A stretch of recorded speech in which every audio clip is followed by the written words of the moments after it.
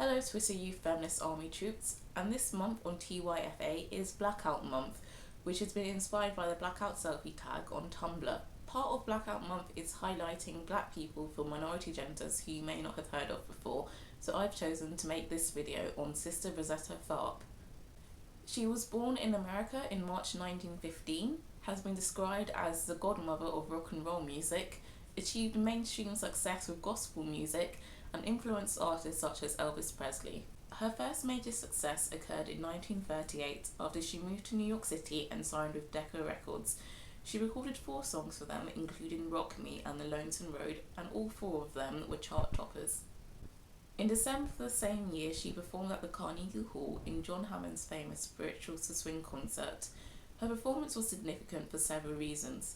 Firstly, she was performing gospel music in front of a secular audience, which was quite unusual at the time, and also she was a woman playing the guitar, which was frowned upon by some conservative religious people. She was renowned for her skill at playing the guitar, and as you might have guessed from hearing that she played gospel music, her background was religious.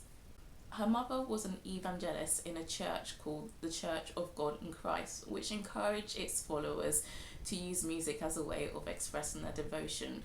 And another interesting thing about it was that it allowed women to preach, so that was the job that her mother took on. By the age of 6, Rosetta was performing on stage with her mother.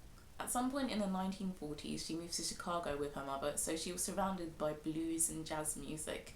By the 1960s, her popularity in America had declined, but she was one of many African-American blues artists to perform in England and the rest of Europe.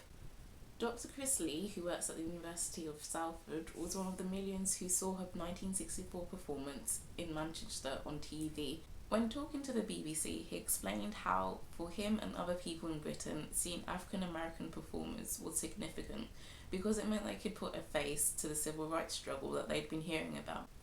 Obviously, Rosetta Tharpes' gender as well as her race marked her out. Many people were amazed that a woman could play the guitar that well. She was also known as a very lively performer. If you want to check out any of her performances, many are available on YouTube, and as a personal favourite, I would recommend Up Above My Head. I hope you enjoyed this video, and happy Blackout Month. Bye!